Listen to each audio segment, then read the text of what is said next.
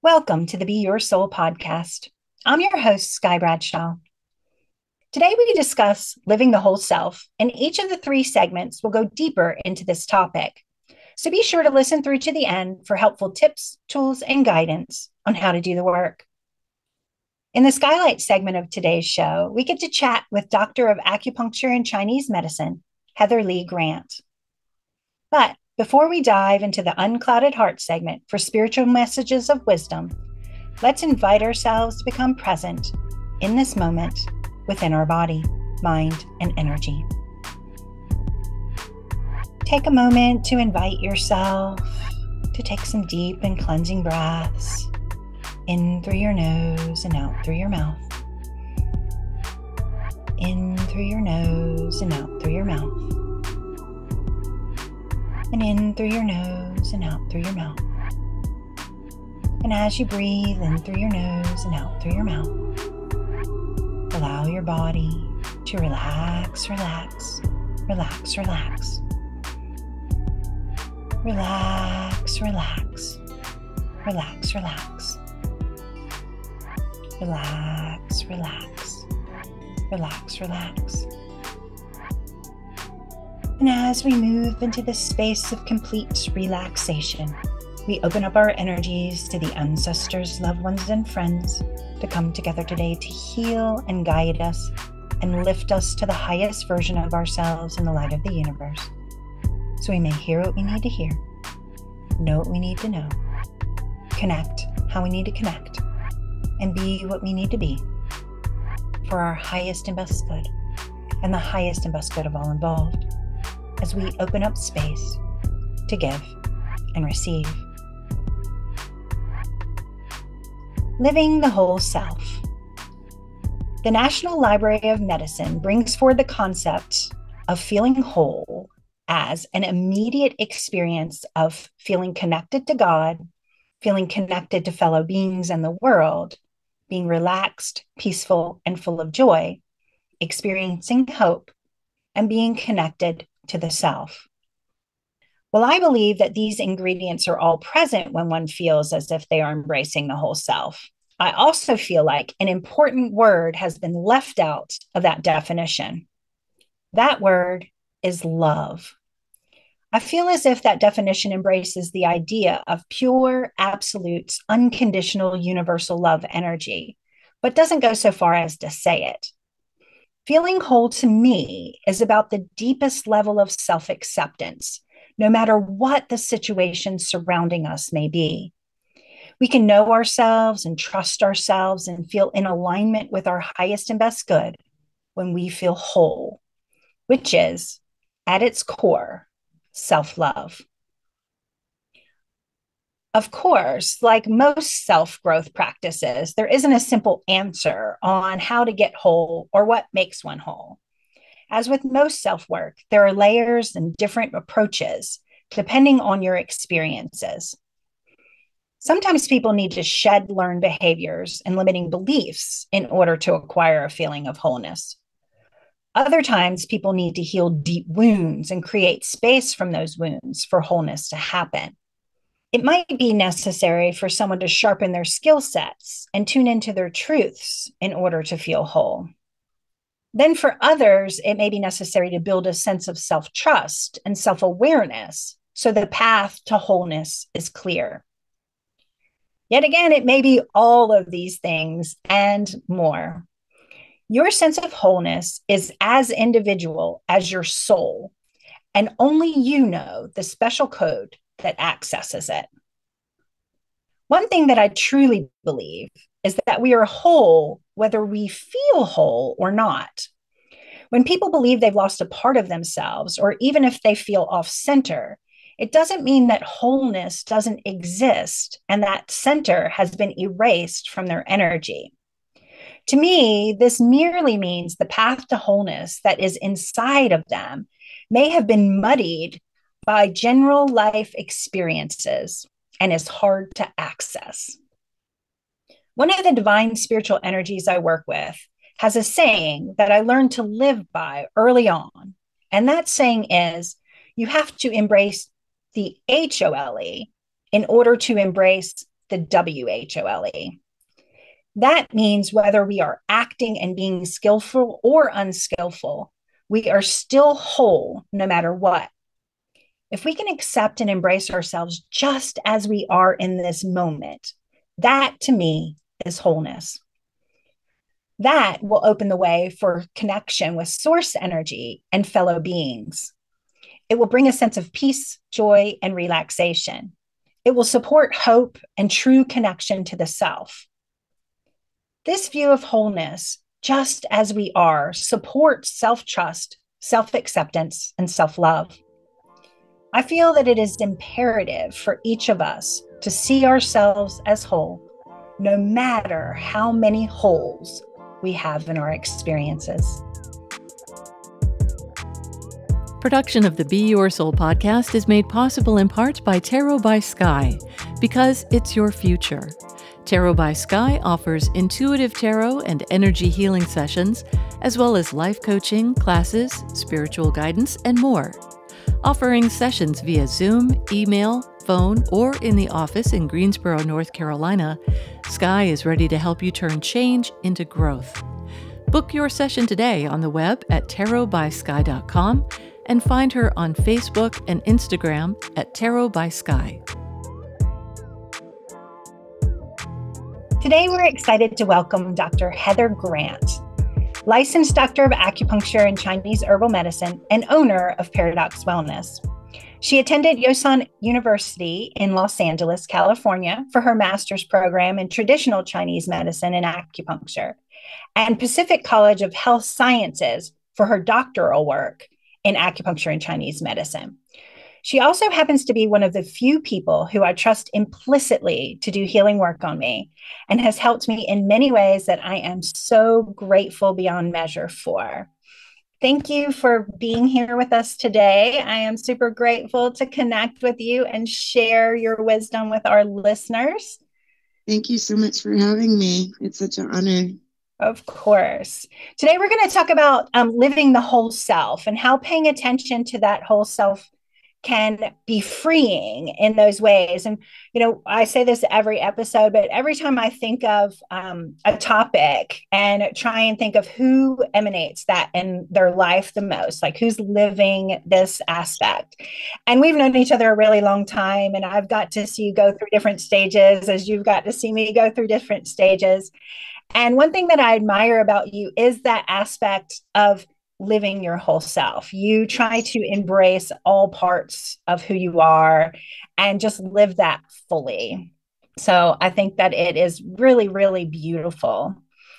But sometimes people have a hard time even knowing what that means, or, you know, kind of connecting with it. So I thought we could start maybe by getting you to describe what that means to you and how it feels. How it feels to be living my whole soul? Yeah. Well, I guess I would say it depends, because it's something that seems like it evolves and changes over time. But I guess it's like creating my life on purpose to reflect my soul's expression, and like taking actions that feel good for me and my soul, that are in alignment with that.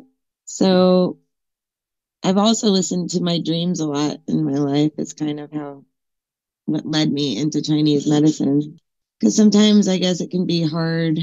I've had difficulty in the past with deciding. It used to be hard for me to figure out, was it my soul that was wanting something? Was it my mind that was wanting something? Mm-hmm. Differentiating that. So learning to kind of reconnect with my soul after all the cultural conditioning. Yeah. And people telling me what, they thought I would be good at, or what other people wanted, from me, and knowing to feel for that in my gut, and I can feel it in my heart. And I just try to do what feels good for my heart and my lower chakras. Yeah. And I know sometimes that conditioning, it can be subtle It could be, what I consider like the evil do-gooders, people who have the best intentions with the worst outcomes. And, they give us these shoulds. We should be this, or we should do that, or here's the order of life that makes you quote unquote successful.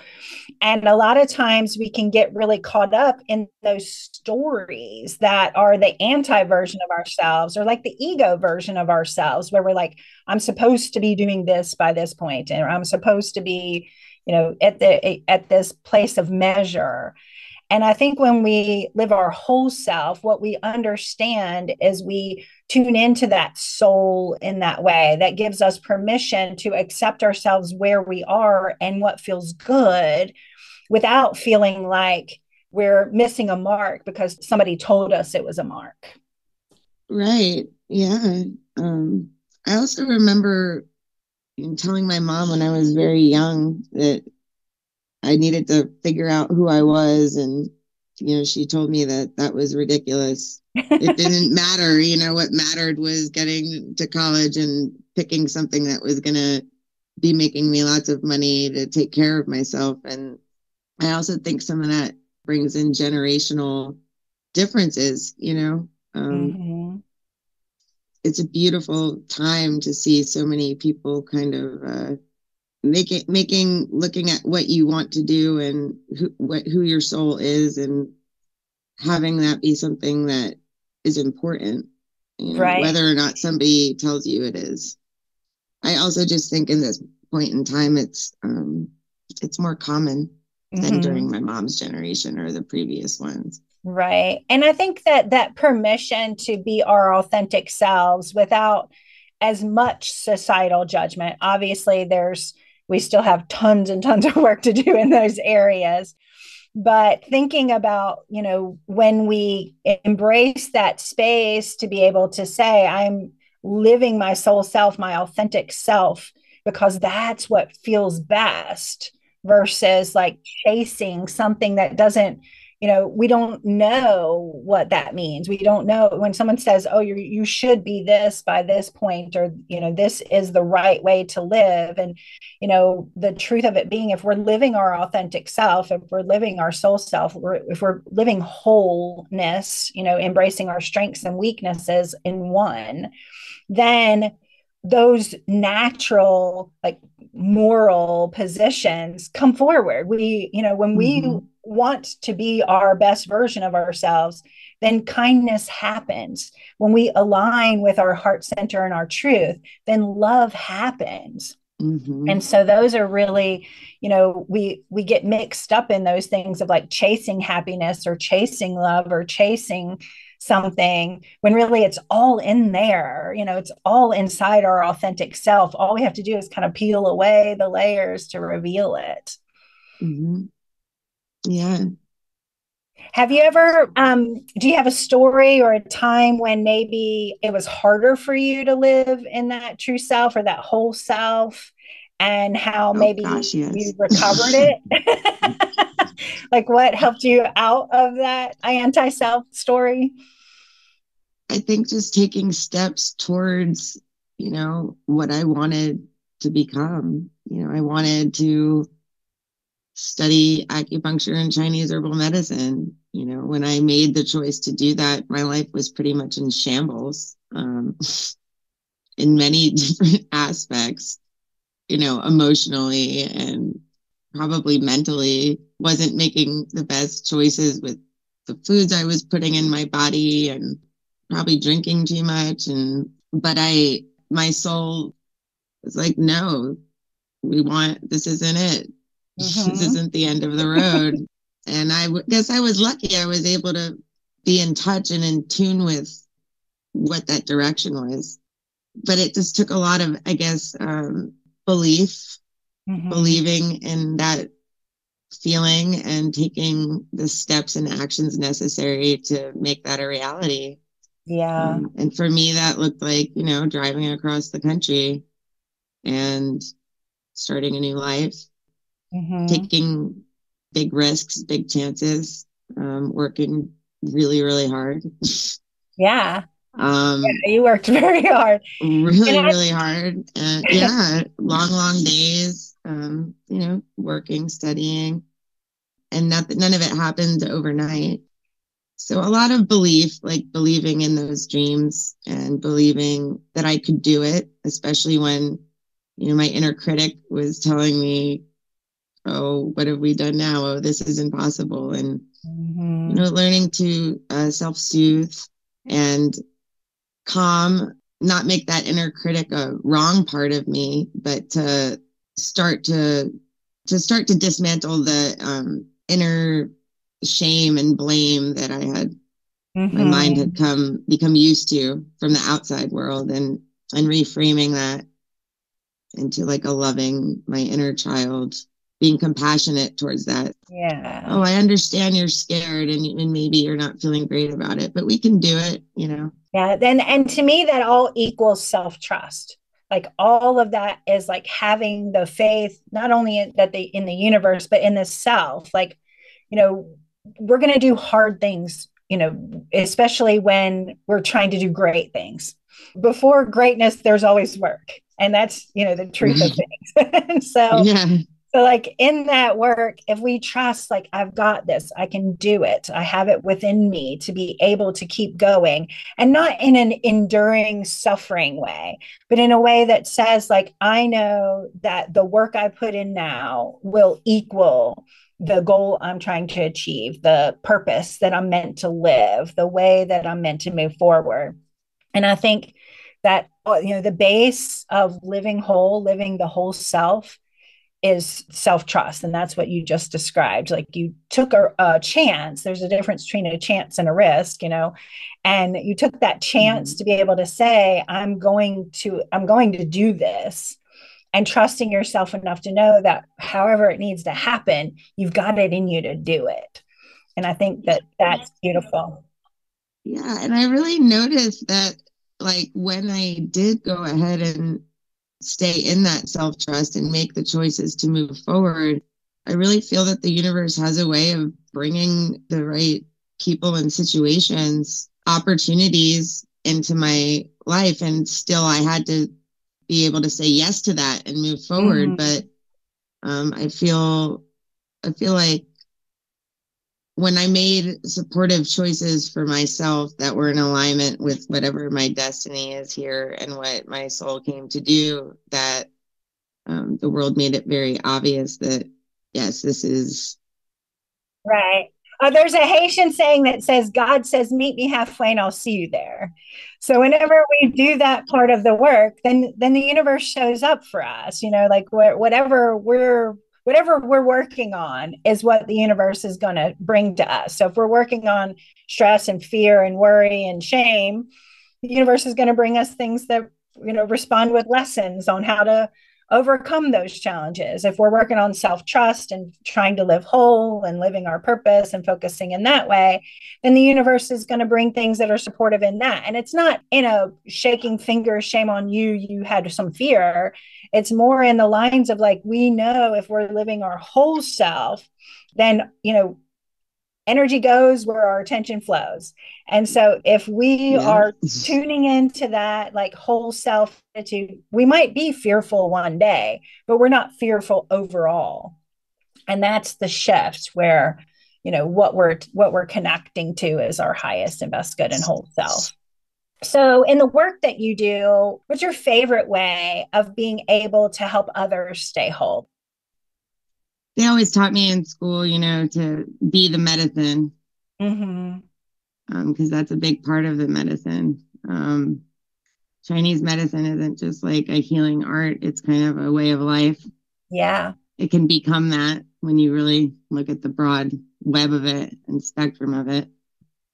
I think I've spent many years living in fragmented parts of myself and have had lots of different experiences with my own health, physical health, mental health, emotional health.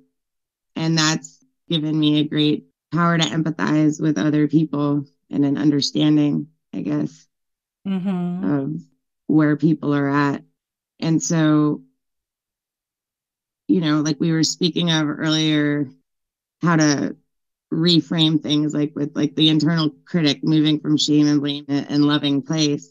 Once I was able to learn to do that for myself, if I'm seeing a patient, whether it be for if they have headaches or a physical ailment, that I know that there's also something emotional or mental. If I hear the way that they speak about themselves or speak something, I can pick up on those small cues and help redirect that and just offer an alternative perception of it. Maybe that could be more loving.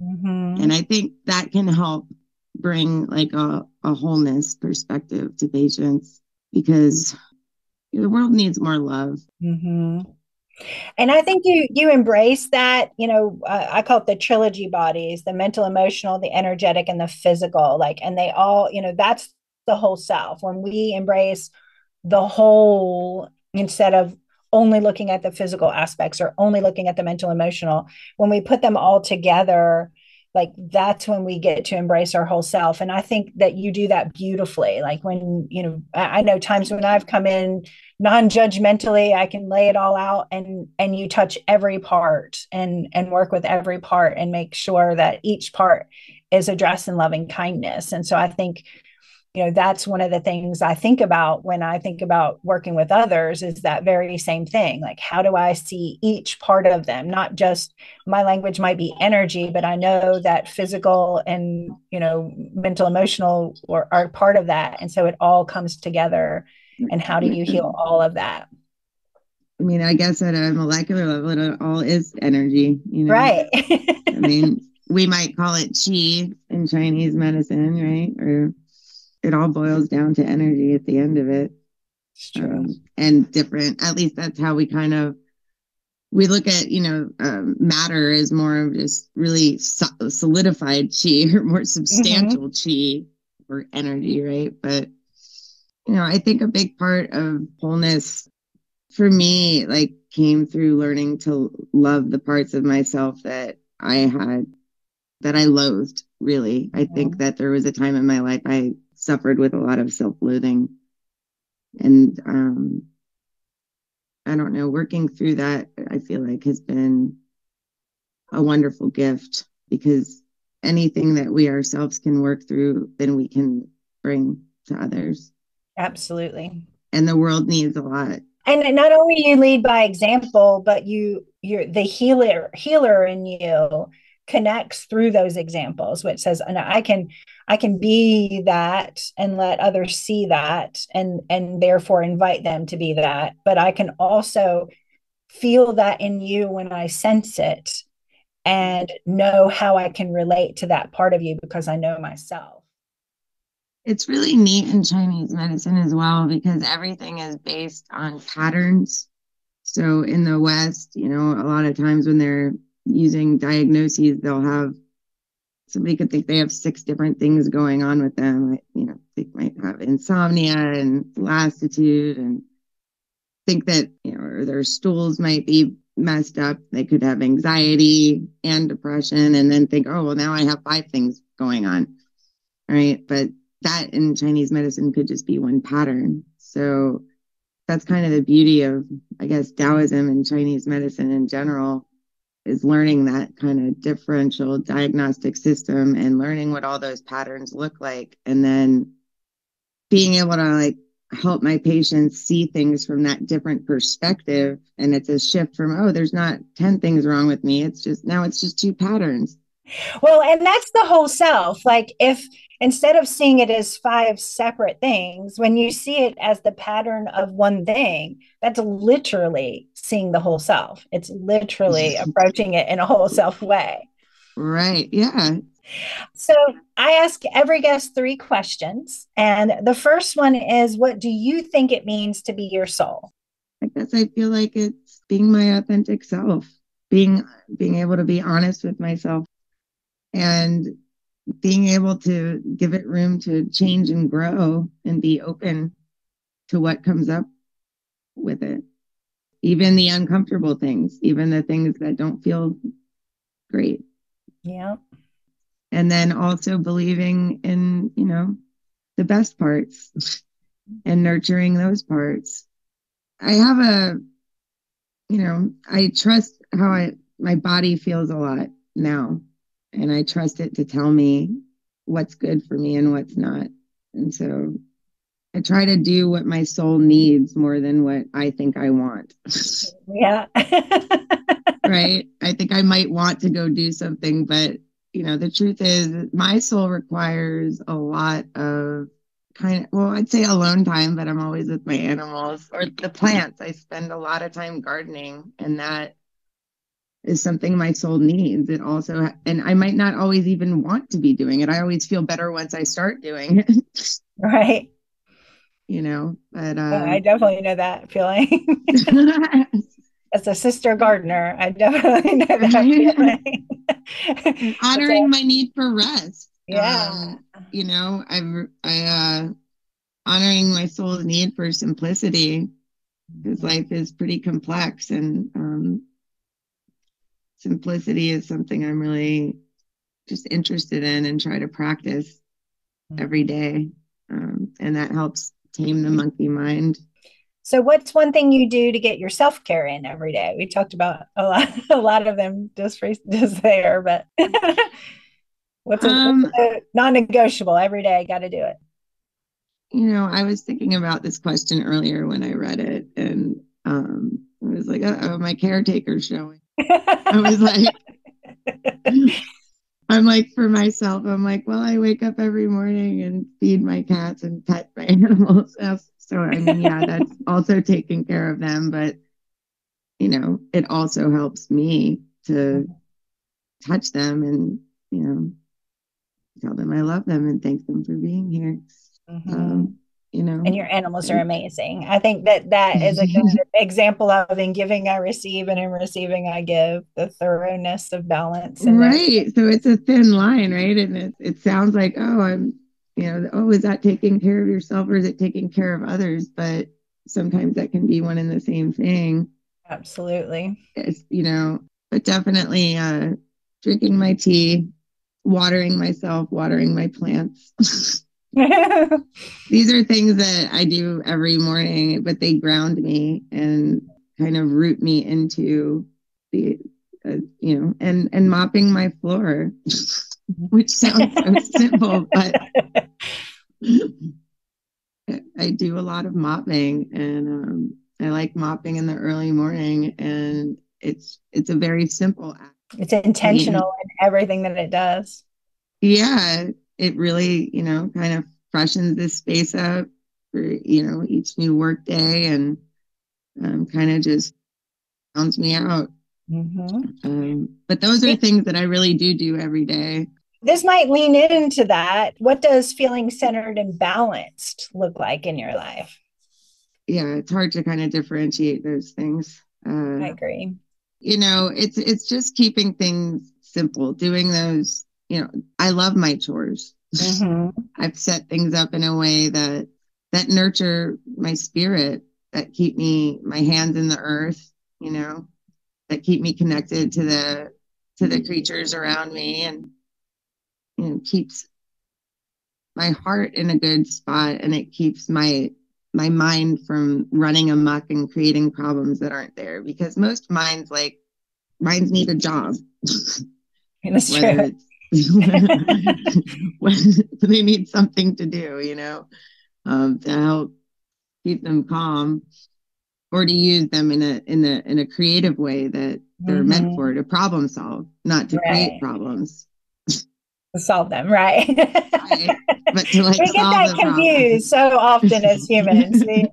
It's like, oh, there is no problem to solve. Let me create one. Totally. The mind loves to do that. So that's why, that's one of the major reasons when I think of grounding, of why I need to do that, is to keep my mind a friendly place, and as a positive worker, not as a troublemaker. Yeah. And yeah, so for me, it's just about keeping things simple, growing the plants, growing the flowers, do a lot of watering things. All these things sound very simple, but they bring my heart a lot of joy. And I know that they bring my neighbors joy when they walk by. And then, then it starts creating community, and I start meeting people. I don't even have to leave the house. It Yeah. seems the universe just keeps sending me what I need as long as I'm taking care of the small things that I need to take care of. And all of those small things just seem to keep multiplying. And I don't even know where all the blessings come from sometimes, but I think I'll it's just the be work. here drinking water and mopping the floor.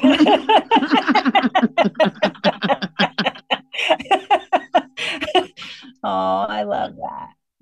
Well, it was amazing spending time with you, and I appreciate you bringing your wisdom to the show. Will you kind of shout out your website and anything that you want the listeners to know how they can find you? Any appointments with me are all by appointment only, and they're all booked through my website, which is www.paradoxwellness.org. Perfect. And I highly recommend you guys should all go do it for yourself. I'm telling you, Heather is a master of her art. I am. Thank you so much for having me on the show.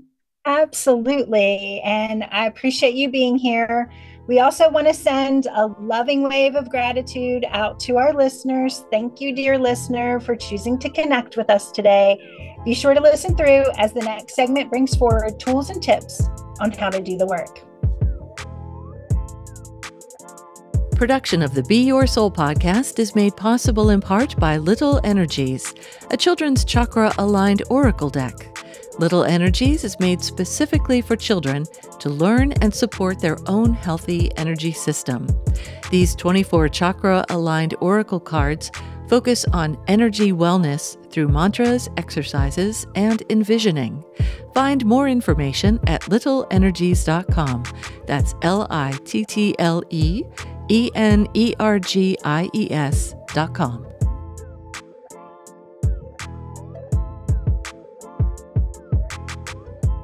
In this segment, I offer tools and guidance that I have found helpful in my practice, and maybe you will too. This week, we will work on living the whole self through self-acceptance.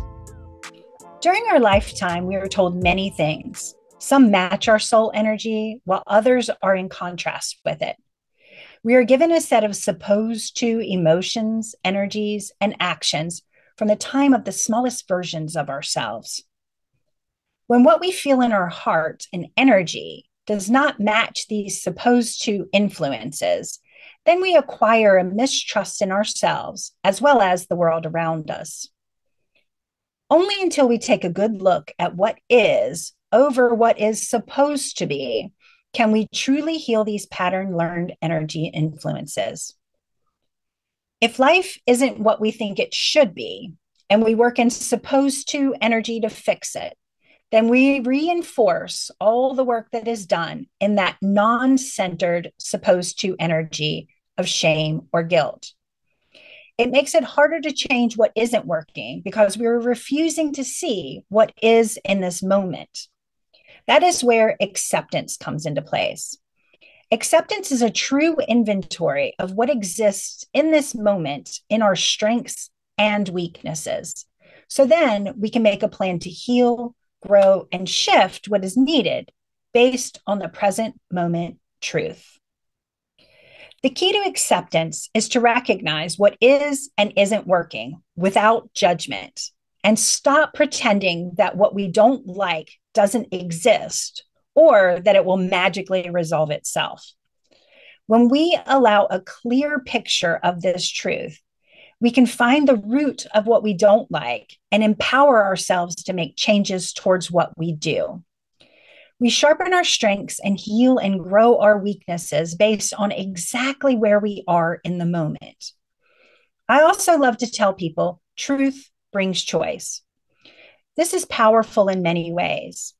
When we know all the ingredients, we can find what works and what doesn't, as well as know what may need to be added. Without this clear, honest review, we are stuck in denial and disillusionment. So, for this segment, we're going to look at what stories we tell ourselves about our challenges and how we can bring those stories into present moment acceptance. As usual, take out that trusty journal and let's get to work. Think of something in your life that you believe is not working.